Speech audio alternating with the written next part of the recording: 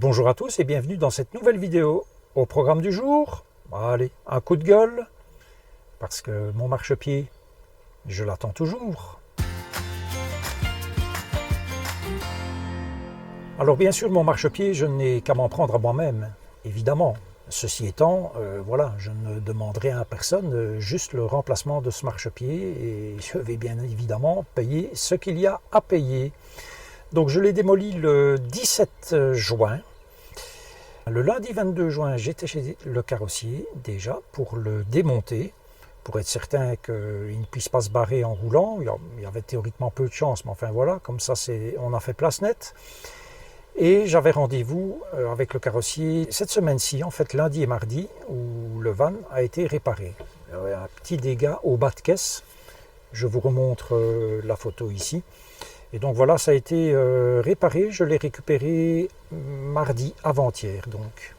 Et donc pour reprendre les faits de manière chronologique, le 22 juin, après avoir été chez le carrossier, j'ai envoyé un mail au concessionnaire du van. Je l'avais déjà fait par téléphone, mais enfin ici j'ai fait un mail avec les photos pour qu'il me commande un nouveau marchepied et le kit de fixation, puisque les deux pattes avant étaient abîmées. Donc voilà, hein, madame, monsieur, j'ai appelé la semaine passée afin de signaler que j'avais endommagé le marchepied de mon van et demandé le coût approximatif de son remplacement. Le marchepied a été démonté, patati patata. Il s'agit d'un marchepied Lippert ou Project 2000, voire photo, référence 10856 avec rentrée automatique à la mise en marche du véhicule, 55 cm de large.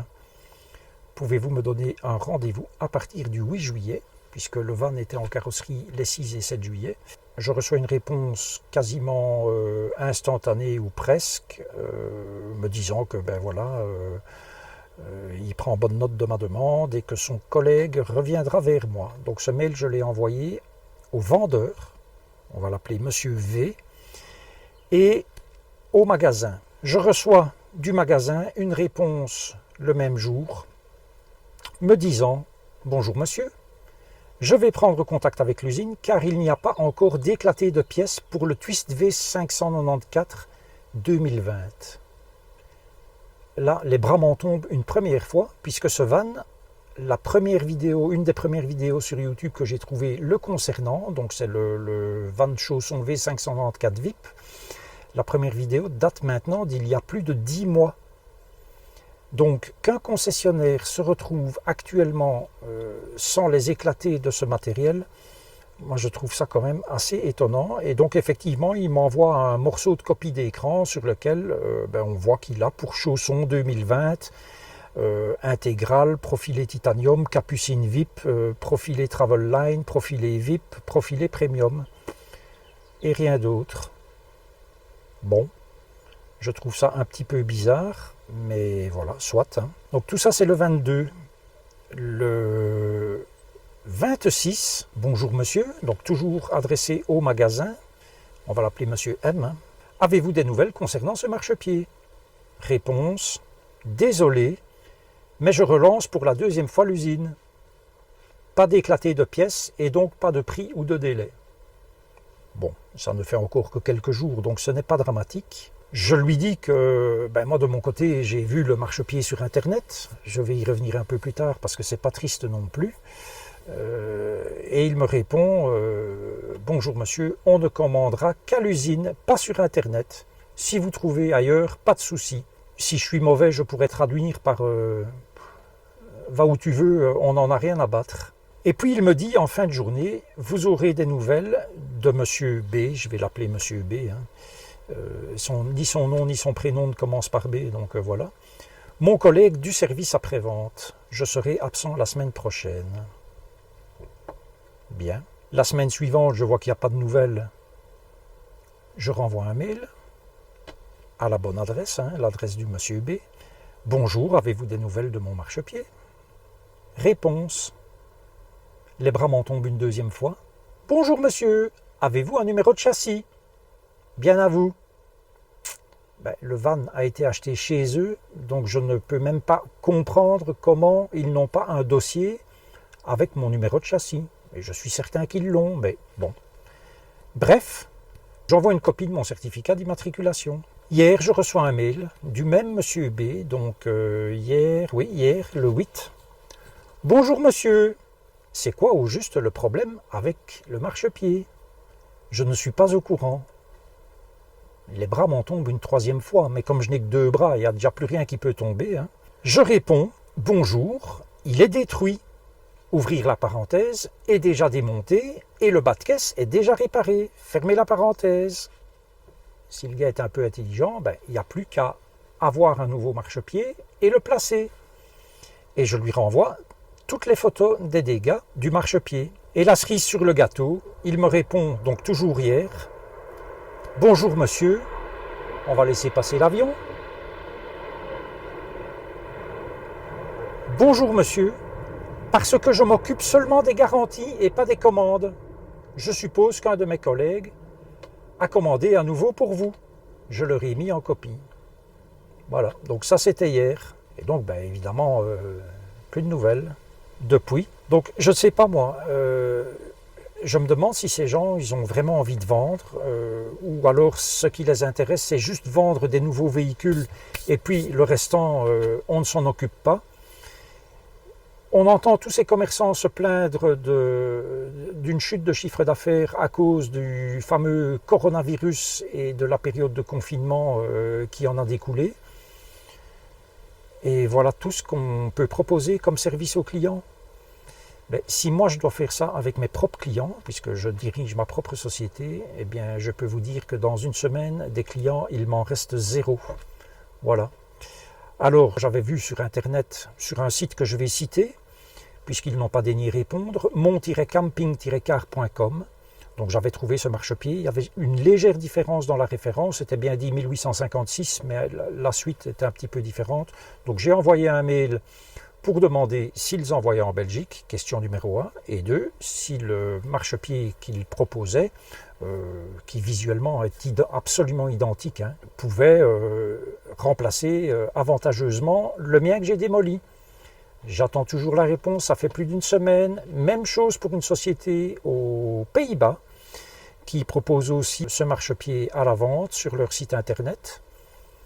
On pourrait penser que les gens du Nord sont peut-être un peu plus rigoureux ou carrés que les gens du Sud. Eh bien, manifestement, il n'en est rien, puisque j'attends toujours la réponse aussi.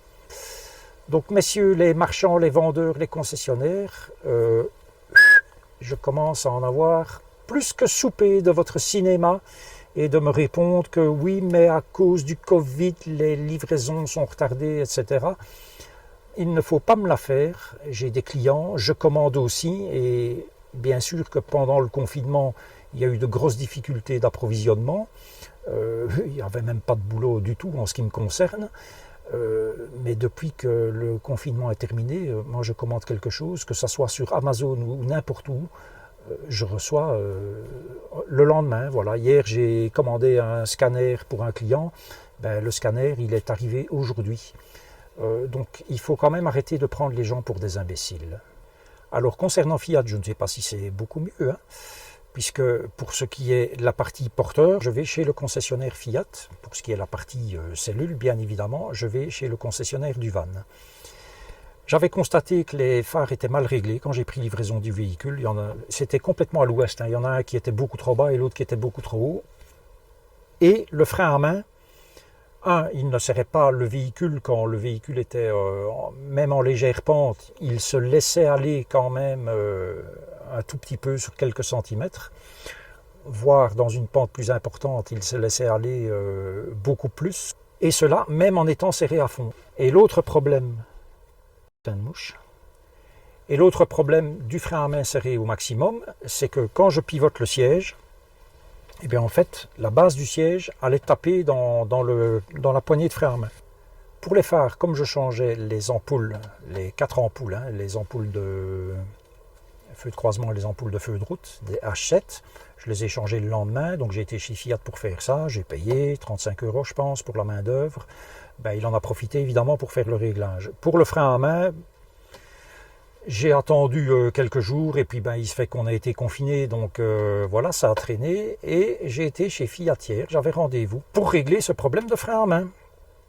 Déjà, je ne parviens pas à comprendre comment un véhicule peut quitter l'usine avec des phares qui ne sont pas réglés, avec un frein à main qui n'est pas réglé. Enfin, c'est effarant, quoi. C'est effarant. Tout ça ne fait qu'ajouter à la tension. Donc j'arrive au garage et je lui demande est-ce que c'est bien pris en garantie, ce qui moi me semble absolument logique. Et puis il me demande d'expliquer ce qui se passe et puis il me répond ah mais oui mais c'est normal, il faut le mettre, il y a 6-7 crans, moi sur mon camion ceci, moi sur mon camion cela, déjà s'il a un camion à ma connaissance ce sont des freins à air. Bref, il me dit mais de toute façon on a un bon test, on va rentrer votre véhicule et on va le vérifier. Et puis je présume qu'il l'a vérifié, je n'en sais rien, toujours est-il qu'à un moment donné par la fenêtre j'ai vu le van qui montait sur le pont, qui démontait la roue, et puis après 5 minutes, il est quand même revenu près de moi pour me dire « Effectivement, monsieur, il y a un gros problème avec votre frein à main, on va régler tout ça. » Et donc, voilà, mon frein à main est réglé, et maintenant, ça fonctionne comme ça doit fonctionner. Ça tient le véhicule, même dans des pentes assez fortes, puisque je l'ai testé dès que j'ai quitté le garage. Et voilà, donc il y avait bien un problème qui a été pris en garantie et par la même occasion, ils ont fait une mise à jour. Il y avait une campagne de rappel, une mise à jour logicielle, je ne sais pas pourquoi. Donc voilà, problème réglé, on va dire. Maintenant, au niveau de ce van, il me reste encore un autre petit problème qui n'est pas dramatique, mais qui est ennuyant quand même. Quand j'allume la lampe de chevet au-dessus du lit, une des deux lampes, eh bien la lampe, les grosses lampes carrées qui s'allument de manière tactile, il y en a une des deux qui s'allume chaque fois. Et parfois, je dois me relever 5 fois pour l'éteindre. Parce que je l'éteins, hop, je fais demi-tour, je me recouche. Aussitôt recouché, hop, la lampe se rallume toute seule, sans toucher à rien. Voilà, donc ça, c'est le genre de problème méga chiant, je pense, à régler.